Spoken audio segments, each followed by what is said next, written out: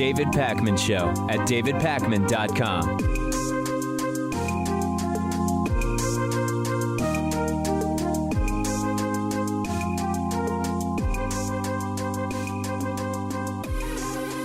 So we've known for a long time now that there are more than 15 or so women who credibly have accused Donald Trump of sexual assault or sexual harassment or molestation, sometimes even rising to the threshold of rape, in fact.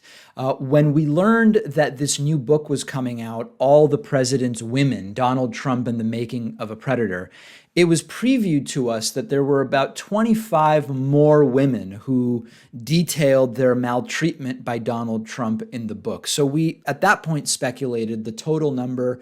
There's the 15, there's the 25, there might be some overlap. Maybe it's 35 women, maybe it's 40 total women, considering that some of the women in the book might already be known to us previously. The book is now out as of 2 days ago, and it is endlessly more disgusting than we expected. There are so many women who accuse Donald Trump of some form of molestation that the book has a 50-page appendix containing a total of about 200 women making allegations of molestation of different degrees against the President of the United States. The most interesting thing about it is that Donald Trump's MO in most of these cases is very similar, but also he also seems to be the opposite of a slick or a smooth operator, according to what the women detail. It's forcible kissing, which, remember, Trump is on tape saying when you're famous, you can just kiss them. You just kiss them, whatever. It includes groping and genital grabbing. Remember, again, in the tape, Trump says grab him by the you-know-what. So that is very much in line with what Donald Trump has said he does before. It includes setting up parties and events where he can create situations of power dynamics with specific women, very much in line to what he was known to do with Jeffrey Epstein, even on video at a party in the, I believe it was the late 90s, just standing there evaluating women with a very uncomfortable, awkward-looking Jeffrey Epstein. Multiple women who detail assaults taking place at Donald Trump's Mar-a-Lago resort tell similar stories of waking up and Trump is standing in their bedroom. I mean, can you imagine? Many of the stories follow the trend that when things aren't going well in one of Donald Trump's marriages or relationships, the frequency of these assaults increases and women are targeted more frequently. That's in line with everything we know, including during rough patches in Donald Trump's relationship with the now First Lady Melania Trump. As we know, sometimes hush money is involved to make stories go away. Sometimes it's physical threats, threats of violence. But in the end, is any of this going to matter? I mean, I'm not telling you this because now this is going to be what takes down Trump. The guy was elected after saying you can just grab him and do what you want. Evangelical voters who supposedly vote their values voted for Donald Trump after he said, you just grab him wherever you want, because they don't actually care about the morality that they claim to want to legislate. So what difference is it going to make if it's 15 women or 40 women or 207 women or whatever the number actually ends up being? Legally, the statute of limitations on most of these has expired. Legal repercussions, forget about it unless there were recent payoffs, which could be campaign finance violations, depending on how it was handled. There's not going to be a single legal repercussion for this. With every single one of these, violations of the emoluments clause that Trump says is phony, with ignoring legal impeachment subpoenas and Democrats not enforcing them, none of this stuff is going to make a difference unless, and 200 allegations of molestation against women as well. None of it will make a difference unless it inspires people to go out and vote in November of 2020. And I know it's almost a daily thing that I'm saying right now. If you think there could be other repercussions from something like 200 plus women alleging that Donald Trump molested them, let me know what they are, because I don't see it. Between the statute of limitations, with all of these other things, the fact that there just have not been consequences to what Donald Trump has done and continues to do. I see every single one of these stories about what Donald Trump has done, what Donald Trump is accused of. They are merely proxies to encourage voting in November of 2020, which is only at this point 53 and a half weeks away. That is the most direct path to removing Trump. And I know I've been saying this for a long time, but do we think that there's going to be something else in a short 53 and a half weeks that will remove Trump as long as Republicans continue to stand by him, as long as Trump and his campaign officials and his administration officials ignore congressional subpoenas with no consequences? What is it that's going to remove Trump any more quickly than just voting the guy out in 53 and a half weeks? Let me know if you have a different view. Let me know if you see a different path to Trump's removal. I'm on Twitter at @dpacman. The show is on Twitter at David Pacman Show. And remember, if you have Amazon Prime, you can subscribe free to you to my Twitch channel, twitch.tv/David Pacman. You subscribe with Twitch Prime, okay? If you have Amazon Prime, you pay nothing. It counts as a paid subscription for us. A great way to funnel a little bit of that Jeff Bezos money into independent media. Twitch.tv/David Pacman. Subscribe with Twitch Prime. We will take a quick break and be back right after this. The David Pacman Show at davidpacman.com.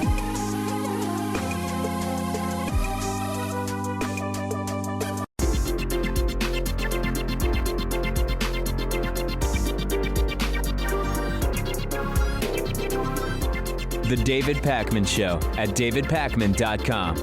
All right, today's new members of the day are Earl Lovering and James Douglas. Thanks to both of you. Really appreciate your support. And I also want to say thank you to someone who's been a paid, sustaining member of the David Pacman Show for almost 5 years, Vincent Morris, today's sustainer of the day. Thanks to all of you. Join these great people at www.joinpacman.com. Takes under a minute, really does a lot to support the work that we do. Let's see what's on people's minds today. We will go to the phone lines at 617-830-4750. And we will start today with our caller from the 770 area code. Caller from 770. What's your name? Where are you calling from? 770, I heard you shuffling there. Richard in North Carolina. How are you, David? Hey, Richard, what's going on? Hello? Yes, what's going on, Richard?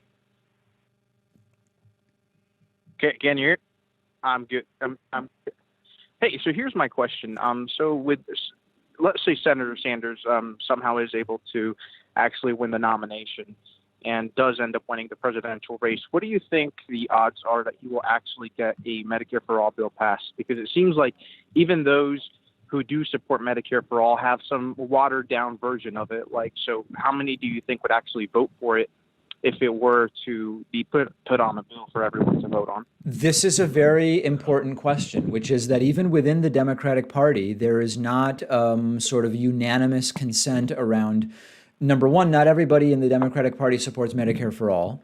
And even those that support something that they call Medicare for All, they don't necessarily support it in the exact way and formulation that Bernie Sanders does. But I don't think that this is particularly relevant, because what we've seen is that the more progressive position that you start the negotiation from, the better off we will end up. So Bernie Sanders can't control whether Democrats take control of the Senate in 2020 or 2022.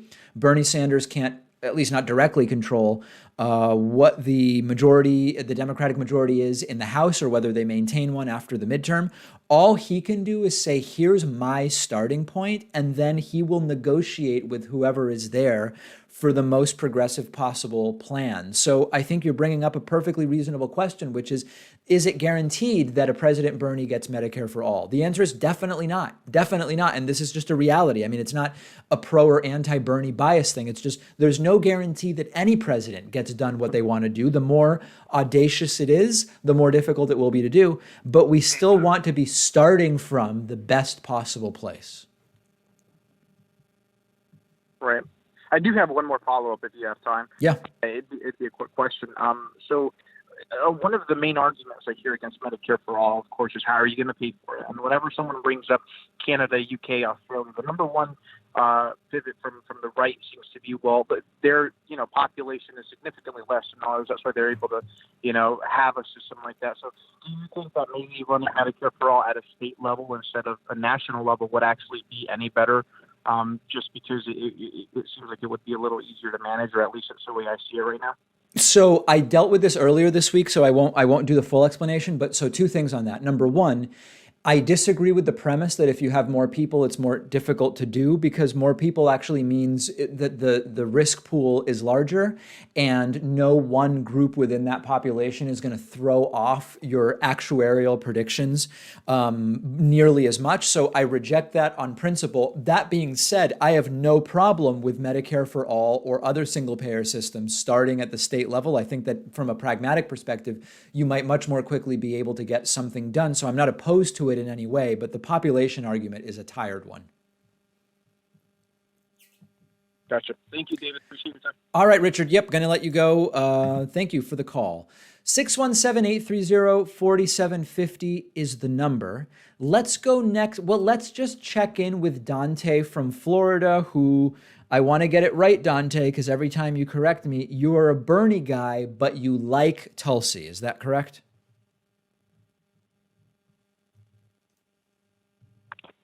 Dante? Yes, I'm a Bernie Sanders supporter, and I will defend Tulsi Gabbard when she's correct. Got it. Okay, good. What's going on? So the question I had was, so there are a lot of prominent left-wing intellectuals like Dr. Cornel West and Noam Chomsky. They make the point that you can't really have a left-wing movement without a real criticism of U.S. foreign policy. So my question is, for all people who consider themselves progressives and leftists and non-interventionists, shouldn't Elizabeth Warren's foreign policy be a disqualifying factor for her? Which position of hers specifically, though, do you mean?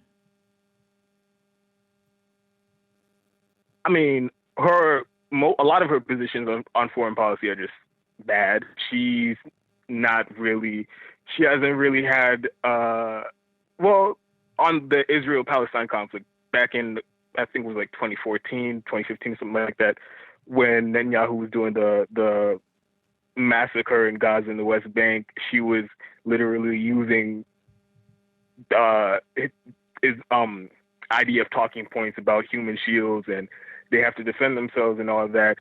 On other issues like Yemen, she hasn't really been out front, and it's important that, and voting on the military budget, but it's important that, especially in the time that we're in now, where we're in 8 illegal wars, the illegal war in Iraq, Yemen, Syria, it's important that we have somebody who's out front on these issues of foreign policy, and Elizabeth Warren is definitely not going to do that. She usually goes along with whatever the establishment wisdom is in the national security apparatus, and she listens to the generals. And if you're going to do that in the White House, it's just going to be a continuation of the disastrous U.S. foreign policy. So let's see if we can disaggregate some of those things. I mean, her vote on military spending is the one thing that you've mentioned that is the most concerning to me, and I'm absolutely on board as far as that goes. You know, her line about Israel has to be allowed to defend itself. Bernie Sanders literally used that same line during his 2016 campaign, and it angered a lot of people on the left. But that is not that line, you know, Bernie used that line as well, and that is not really a concern to me. What's more of a concern to me is what is going to be the relationship between the American president and the sometimes right-wing governments of Israel in terms of looking the other way when it comes to things like settlements, for example, or what have you. So I don't think that line from Elizabeth Warren from 5 years ago is particularly problematic. Now, as you mentioned, I think that Elizabeth Warren will just listen to the generals. I believe that basically everybody who has a shot at this thing on the Democratic side is going to listen to the generals. And I don't think that that's a bad thing in a sense. I mentioned last week, a lot of people write into me, Dante, and they say, David, aren't you worried that Bernie will weaken our military? Aren't you worried that Warren will weaken our military, that they won't do anything if we're attacked? I think that Biden, Warren, and Bernie, who are the three people at this point who have a shot, all recognize, unlike Donald Trump, that they are not the experts about when and how to use the military, and they are going to listen to their generals and the Pentagon. I don't think that that's different with the three of them. What is different is from a geopolitical perspective, their outlook on some of these conflicts and issues. But I think when it comes down to the issues of national security, I think they're all going to listen to the generals. Yeah, I understand logistically, like, okay, if we need to move troops, like Bernie Sanders, he says he wants to end the war, so he wants to get our troops out of Iraq, Afghanistan, Syria, and all these other conflicts. So he's not going to be deferring to the generals. Hello? All right, we lost Dante. Okay, it's weird. I thought it sounded like there was a kid screaming or a cat screeching, and then we suddenly lost him, which was very, very strange. Let's go to a quick break, and then we'll come back and do more calls right after this. Unclear what it is that happened with the phone system there, but we will figure it out and then be right back. The David Pakman Show at davidpakman.com.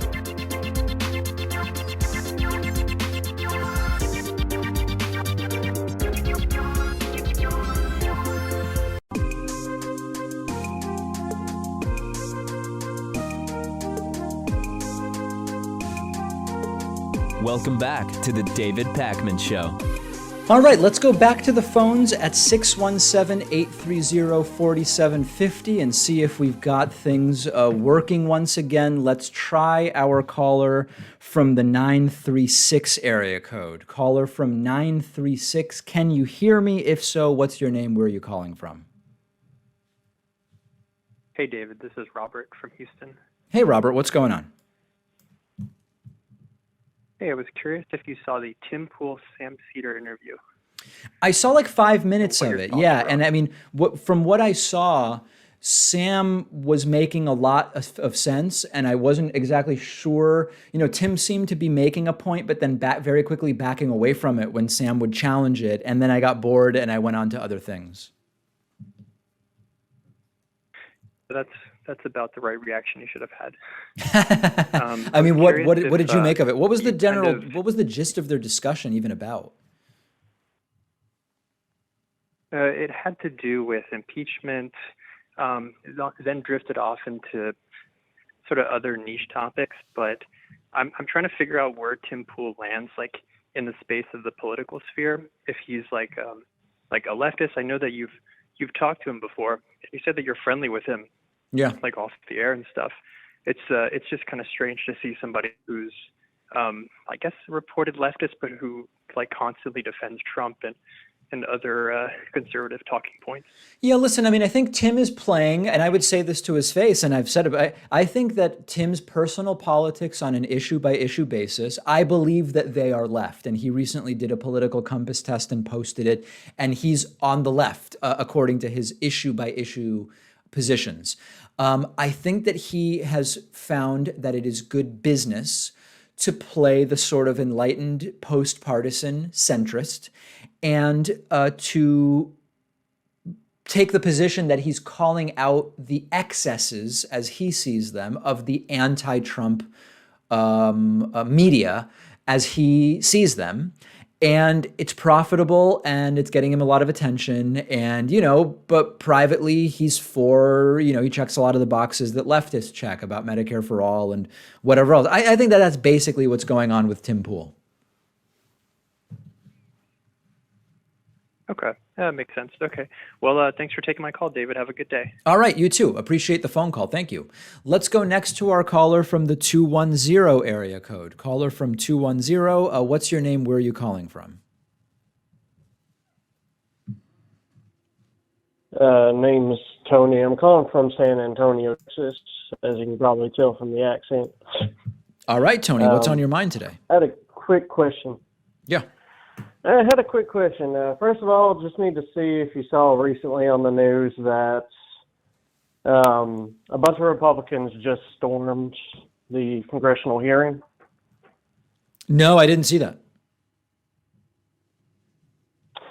Okay, so there's a large group of Republicans that just stormed the congressional hearing where the Pentagon representative is being questioned. I had a quick question that kind of revolves around that, and it's as this goes forward with the impeachment hearings and as we learn more and more about issues that come this president, this very turmoil-based president. Where do you see this evolving? I guess the best way is, how violent is this going to end up? And what do you think the overall reaction is going to be from the government moving forward? The reaction to what? I'm not sure, Tony, I'm understanding your question. So the reaction of, sorry, I may have worded that. As I'm seeing it, there's a lot more Republicans that are saying, they're talking about a civil war and all that. And I'm sure it's all just bark and no bite, but it's seeming more and more like it's becoming more or less aggressive. Like they are pushing back more aggressively when it comes to investigations. So I'm kind of wondering what your take on it is, how far you think it's going to go, and what the overall outcome is going to be. So I think that basically this is just a building of tension. You have forces investigating the president for good reason, and then you have mostly Republicans opposing it publicly, even though there are people like Anthony Scaramucci who say that privately there is actually a lot of disdain for Donald Trump among the Republican Party. So I think that the tension will build, and Republicans will publicly push back against the investigations as much as they can. And then it'll either get pushed over one way or the other way. It will either become something like what Anthony Scaramucci says, which is Republicans will eventually have no choice but to just sort of give up and say, you know what, yeah, Trump's got to go. This has to end at some point. Or you will see that it looks as though Donald Trump is going to be able to escape this unscathed, at least to the extent of removal. We'll see what the results of the November 2020 election are. And the Republicans who stayed with Trump will sort of appear to be victorious and at least claim to be on the right side. But it could go either way. It's really going to depend on public opinion in the end.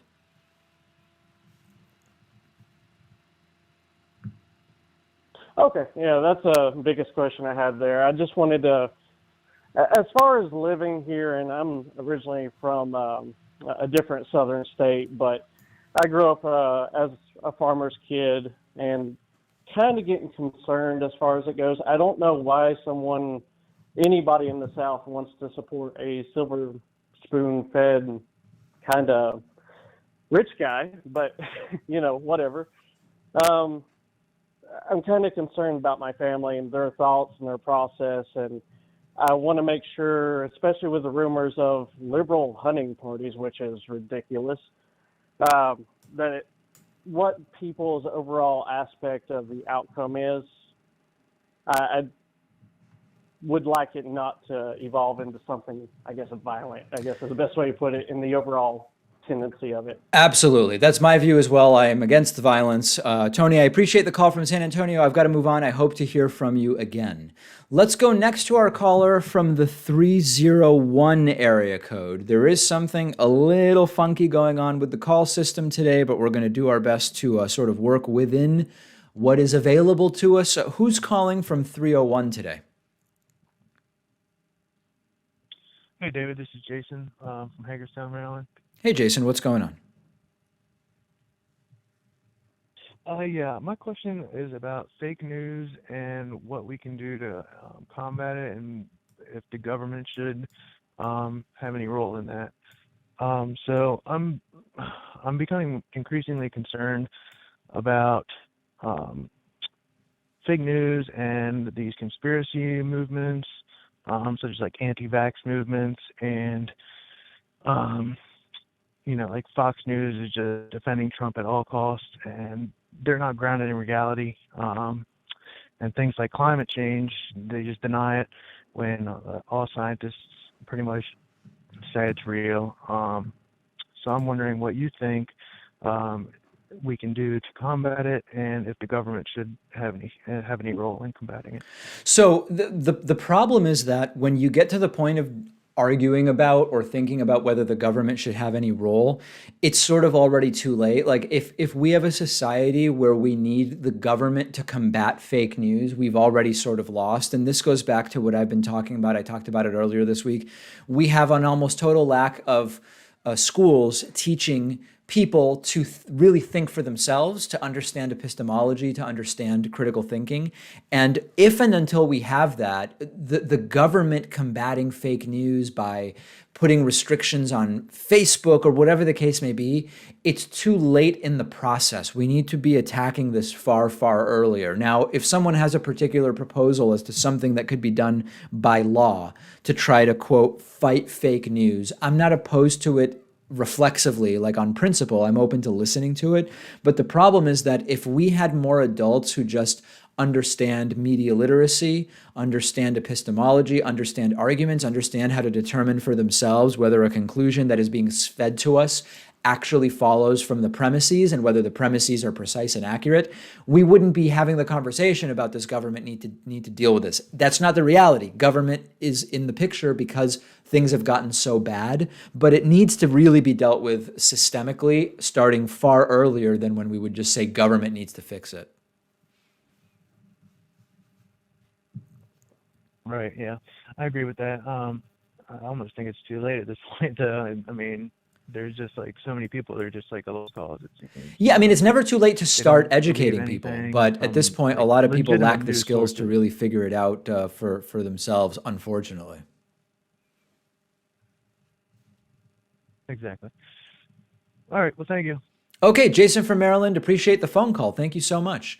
Let's go next to, where do we want to go next? Why don't we go to, let's go to our caller from the 678 area code. Who's calling today from 678? Oh, that's me, Mo. Hey, Mo, what's going on? Things doing well. So my question is kind of the same as the guy that called in before. And it's about, I feel like a lot of people who follow alternative media have this, we underestimate the power of mainstream media. And because I noticed that with my friends and family, a lot of them have their perspective and perception of politics completely determined by what is stated on popular news networks. So basically what I was thinking about is that most people do not consume news intelligently, and they're just passive viewers of news. So it's just background, my bad, background noise. So I was just wondering that because of all this misinformation, that when I talk with my friends about politics, I noticed that the discussion is very minimum, and they tend to use a lot of talking points to handle issues. And I feel like they're kind of useless agents of the status quo, because the talking points you hear don't really dig any deep onto topics. There's no nuance in discussion. So I was just wondering that, do you feel that, or like since you have a big following, that you could mobilize your base to have people come out and go for like news reform, kind of like you have people who are going out and advocate for electoral reform? Yeah, I mean, listen, I'm trying to do this. So like earlier this week when we did a story about the testimony of the US envoy to Ukraine, and it's an argument over whether what the guy says is credible. I took 2/3 of the segment and I said, let's understand what different people mean when they say there's no evidence of a quid pro quo, and trying to explain that the Republicans are using the word evidence in a different way than what it actually means. And unless you understand this stuff and can figure it out for yourself, you're sort of going to be reduced to only pick a talking point that you like, which is basically what I hear you saying. So there's a couple different issues here. One is we can't really expect people to have a more nuanced and deep understanding of an issue if all of the inputs they get are equally shallow. Corporate media gives them shallow inputs. Politicians often have an equally shallow understanding of the issues. So unless someone understands how to get a deeper understanding of issues, again, by learning critical thinking and epistemology, then by actually reading in depth about some of these issues, it's unreasonable to expect the average person to have a deeper understanding than all of the inputs that they are being informed by. So that's sort of number one. You got to an interesting point at the beginning, though, which I want to address, which is that there are people who are in the independent online media space who don't understand the power that corporate media still has. And you know where you see that really clearly, Mo, when you hear from an Andrew Yang supporter or a Tulsi supporter who say, I don't think any of these polls are right. Don't people realize how much support these people have online? They are going to win the nomination. And it's like, no, no, no, no. You are in an enclave where it seems like Tulsi Gabbard has huge support or Andrew Yang has huge support, and yet they keep polling between 0 and 3. And it's not an attack on the candidates. It's just that a lot of people seem to be missing that most Americans are busy enough with their lives that, as you say, they have corporate news on, often in the background. They are not even considering candidates other than the top candidates. I'm not praising that. I'm just pointing it out. And I think that there is a disconnect that is taking place, and people aren't understanding that most people's views are still primarily informed by the talking points that you get on mainstream corporate media. And you seem to be identifying that, Mo. Yeah, and I noticed that because when I talk to people about Andrew Yang and other other candidates that are running that aren't as mainstream, there really isn't that much recognition or knowing who these candidates are.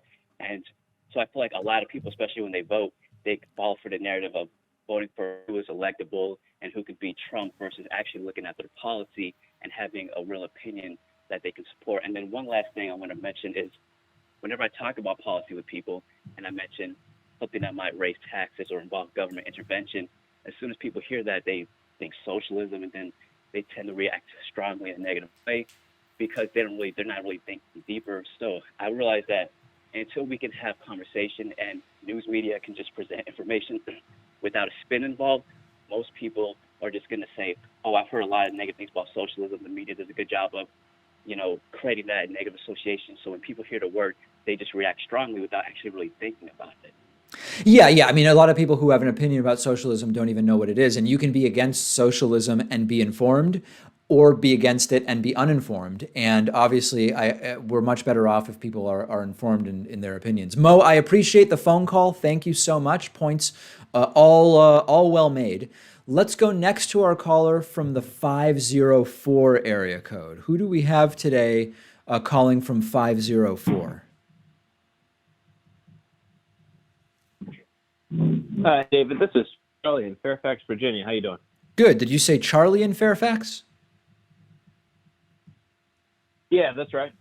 Go ahead, Charlie. What's going on? I've got two. Yeah, they're sort of unrelated, but they're both campaign finance questions and sort of under the radar right now, I think. One is with Donald Trump. He's raised a ton of money. The Republican National Committee has raised a ton of money.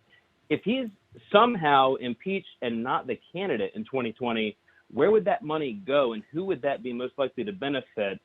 And then the other under the radar question is, if cryptocurrency and Bitcoin become a popular means of raising money for candidates and there's a big fluctuation in price going into 2020, could there be some unexpected benefits to certain candidates?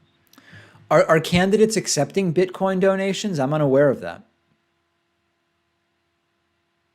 I know Andrew Yang is a big supporter of Bitcoin. I had seen at one point that he was trying to, I think, accept Bitcoin for donations, but I think that was taken down, or it might have been a PAC, not actually his campaign that was doing it. But there could be money coming in through those means. Okay, yeah, but could be. I don't know that there is. So on that basis, I don't know that it's going to make a difference if Bitcoin goes up or down, if candidates are not actually accepting that money. I don't know legally if they can. I don't know, there's disclosures that need to be done. So I don't think that that's really going to make a difference. Okay, I know that in Virginia, at least as far as the state board that governs election and campaign finance, they have said that candidates are allowed to accept Bitcoin and cryptocurrency, and I think if it's donated when it's at a certain value, then if it appreciates, it appreciates. I agree with you. That's speculative. I'm really more interested in the more realistic possibility of what could happen with all that Republican money. So explain again, what could happen with the Republican money if what? So Donald Trump has raised a ton of money for his 2020 campaign. Yeah. But what happens if he ends up somehow not being the candidate? Where does that money go? And how much of it is controlled by him? How much is controlled by the Republican National Committee? And could it be funneled to another candidate? I think that it could be funneled to another candidate if Trump first turns it over to the Republican National Committee. I don't think that is going to be an issue, but there are campaign finance laws, which I think we could probably just Google that would be much more accurate than my recollection of it. Thank you for the call. I appreciate it. Unfortunately, I'm not equipped to give you probably specific enough answers. Let's go next to our caller from the 262 area code. Who's calling today from 262? Hey, is that me? Yes, it is. Hello? Oh, hi, David. I'm Matthew, and I'm from Milwaukee. Hey, Matthew. All right, it's great to talk to you. So, you recently did a segment about how the Democrats might have a chance of getting to the Senate, right? Yes. All right. So I noticed in that you never talked about possibly getting rid of Mitch McConnell, but you have talked about that race before. Do you think that we have a chance in Kentucky or not? I mean, it's a big uphill battle. The reason I didn't include it is it is a long shot, and I get that Amy McGrath is raising some good money, but if I'm, I want to push that as much as I can to try to get McConnell out. But at the same time, if I'm going to do a serious analysis of like the 5 seats that are most likely to be taken back, or even the 7 seats most likely to be taken back, Mitch McConnell's seat is not one of those 5 or 7. All right, that's too bad. Yeah, it is sad. Okay, that's really all I had to ask. All right, Matthew from Milwaukee, appreciate the phone call. you. Thank you. Oh, sorry, yes. Okay, now he's gone. All right, that's it for calls today. It has been a very, very rough day with the call system. Something is there must be something going on with the, we've got like gremlins in the system or something like that. I think I've got the wrong type of wire or tube connected. So we will try to deal with that for next week. That's it for today. Quick break, audience questions coming up next. The David Pakman Show at davidpakman.com.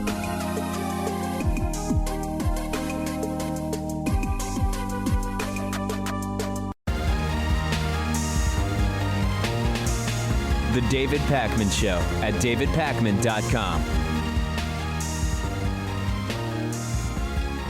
Let's get into audience questions for the week. The first one is from Ken. Ken wants to know, hey, David, are race-based dating preferences and sexual preferences a form of racism? So I'm going to answer this as asked, because there is, sort of the most narrow answer to a question like this. But it's important to understand, and I mentioned this before, very often these types of questions are not asked in good faith. And I'm not saying Ken is not asking the question in good faith. It's just important to understand how very often there are people who ask these questions in order to elicit a particular answer, which then is used to justify some further bad argument or bad take. And I don't want to be doing that. So I'll sort of get to that in a little bit. So in the most technical sense, is something like, I'm a white male, I am not attracted to Asian women or black women. Is that racism? If you want to play the linguistic game, strictly speaking, that is something called sexual racism.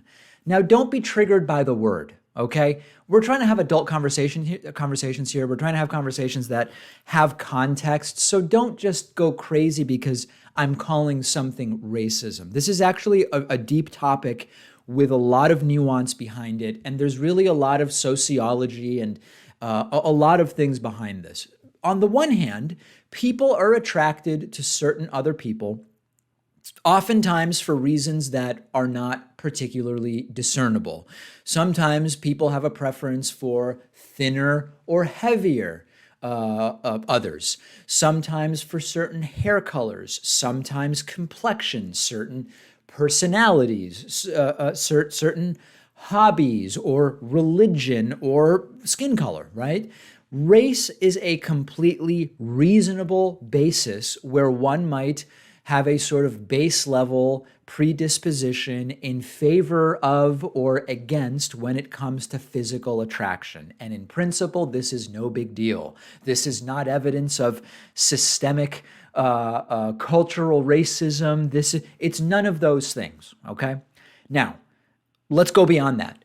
There is also a reality that sometimes those preferences can be culturally ingrained through discriminatory or racist messages that are sometimes reinforced by society and culture. So, for example, some countries have caste systems, and those caste systems can pervade so strongly that people believe that something is merely a casual preference about physical appearance, for example, but it's actually ingrained multi-generationally by teaching that people of a certain caste are dirty or toxic or to be avoided or whatever. And it's important to understand that. You might think, I just happen not to be attracted to X, and X could be a racial characteristic, or it could be a physical characteristic of some other kind, or whatever the case may be. And you may not even have an awareness that it is something cultural that has been ingrained that is actually responsible for that. Does that mean that it should be enforced that even if you don't find certain races attractive, you should have to date them? Of course not. Of course not. We're not talking about that. We're just trying to have a more nuanced and deep understanding of where some of these preferences can come from. In the United States, the caste example is not super relevant in the US. In the US, attitudes towards interracial relationships do affect attitudes about other races sexually, which can translate to someone thinking, I just happen not to be attracted to someone from a certain race, but it could be connected to historical discrimination and taboos about interracial marriage, which fortunately are less prevalent in 2019 than they were 50 years ago, but still to some degree exist. I know people who tend to date only outside their race. I know both men and women that are heterosexual, and I know gay men, all of whom have dating preferences that are for those who are not part of their racial group. It could be by chance. It could be connected to something in their upbringing. Who knows? So that's the analysis. In a literal sense, sexual racism is a thing, and I apologize for hitting my microphone there. Is this the type of systemic racism that is endemic of, is prototypical of the problems in society? No, it's not, and I'm not saying that. And that's where I think the broader analysis comes in.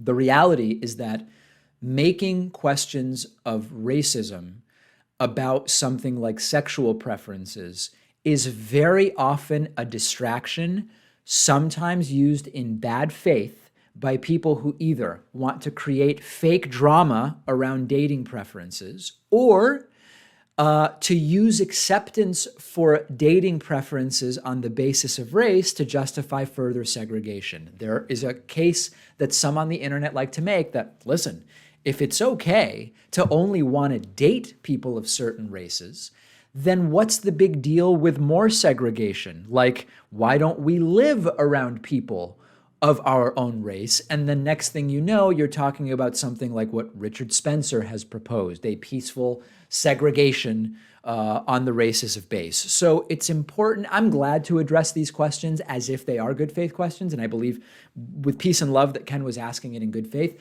But I would be doing you a disservice if I didn't tell you that these types of questions are often used by bad faith actors to either trick or induce fruitless or false debates that are really a distraction from the issues that as a society we're trying to solve.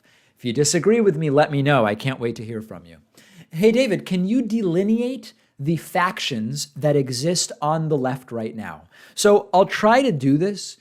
No, I don't think that anyone will agree about the different factions on the left that exist, right? Everybody would delineate it a little bit differently, but I'll give you my take on it. And, with the caveat that there is overlap between some of these groups and there is some fluidity between some of these groups. So you have what is called third way politics, which exists in both the Democratic and the Republican Party, but it is, in a sense, it is sort of a center-left centrism.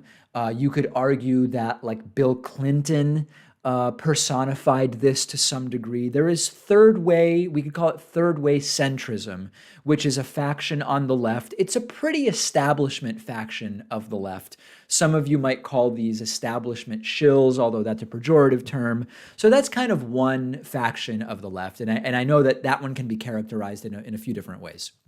There is what I call modern progressivism. And another way to sort of call that would be true social democracy, okay? So these are definitely capitalists. These are people who don't want to destroy the system that we have, are by and large incrementalists who have seen the successes of social democracy in other countries, and they want to move in that direction on the basis that there are specific policy ideas which, if we elect the right people, the system that currently exists can be tweaked and we can go in a direction that would be often more like the Scandinavian economic and social model. That's what I call modern progressivism, which takes into account things like Medicare for all or some other way of getting to universal coverage. We're talking about, in many cases, housing subsidies. We're talking about maybe like Bernie's plan to make tuition at state and local schools tuition free. You're talking about paid maternity leave. You're talking about democratization of the workplace to different degrees. Still capitalism. Modern progressivism is sort of like true social democracy. You then have actual democratic socialism, okay, which is a smaller subsection. In the immediate, a lot of their goals are very similar to those of the modern progressives in that the next steps are very similar. They may want to totally socialize the means, ownership of the means of production. But for the most part, the democratic socialists will often agree that the next step for their cause is the same one as for social democrats, which is we need to make sure that we are supporting workers' rights and labor. When it comes to healthcare, modern progressives and democratic socialists, for the most part, want something like Medicare for all, although they may disagree about the way to implement it. And this is actually going to relate to our next audience question, which is about, is the debate between social democrats and democratic socialists one worth having right now? But I'll get to that later. So that's your democratic socialists. And this is a term that's often misapplied. You will often have people who call themselves democratic socialists who really aren't. They're just modern progressives. They're social democrats. They don't want to socialize the means of production. They don't want the government as involved as an actual democratic socialist might want. Then we get to, and this is where it starts to get a little tough, we get to what I believe are some of the fringe groups. And I want to be careful about what term to use. I'm not trying to be pejorative, although I think that these groups often have a lot of bad ideas. You have you've got what sometimes is called the Leninist left. You have what sometimes are called tankies, and I know that that's a pejorative term. I'm trying to find a non-pejorative. There is sometimes overlap with a sort of more anarchistic movement within the left. These are relatively fringe, and you will find that they have overlap with some of these other groups. On foreign policy, you will sometimes see overlap between the Leninist left tanky types and democratic socialists, although maybe for different reasons. For example, you might have isolationists and non-interventionists who are actually different politically that sometimes will agree on what the policy should be in a particular foreign policy situation. You will have Leninist left tanky types and social democrats who might agree on how should education and healthcare be dealt with, for example. But there are definitely some framing differences where the Leninist left tanky side, and if somebody has a better, I want a non-pejorative term for that group, please tell me what one would be.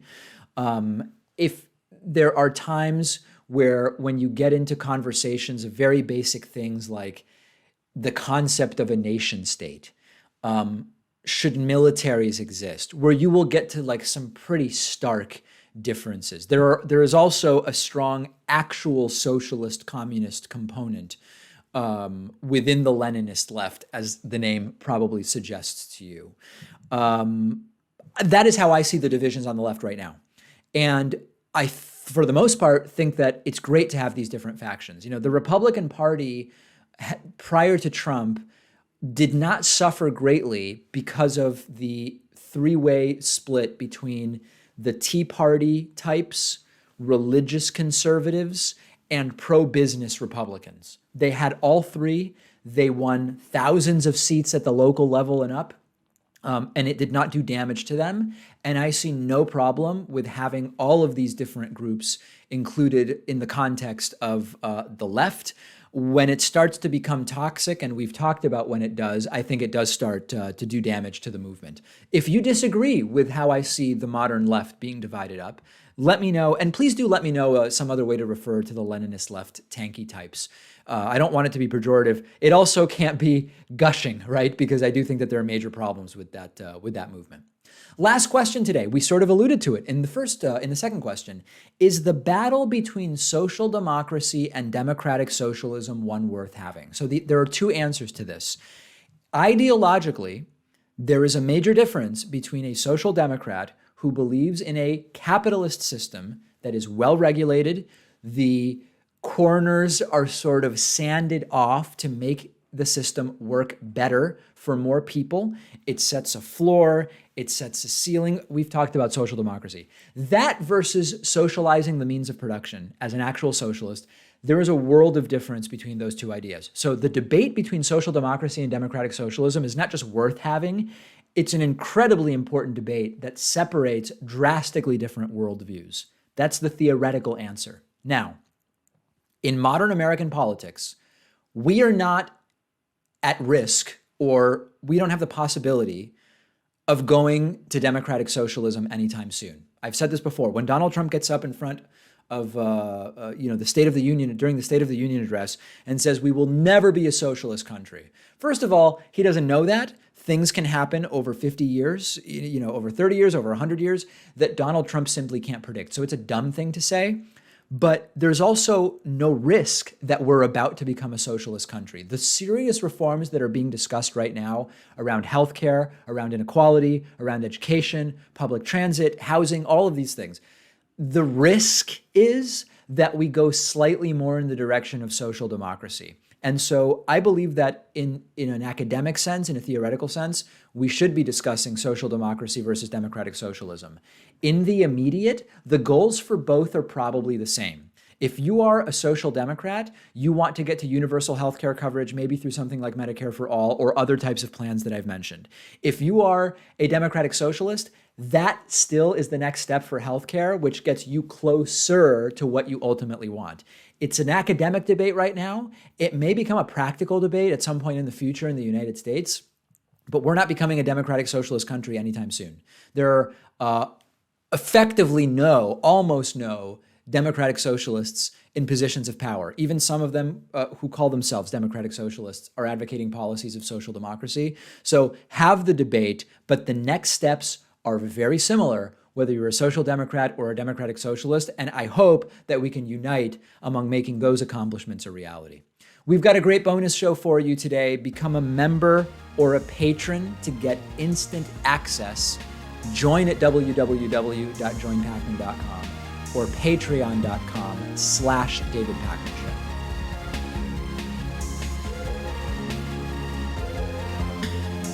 The David Pakman Show at davidpakman.com.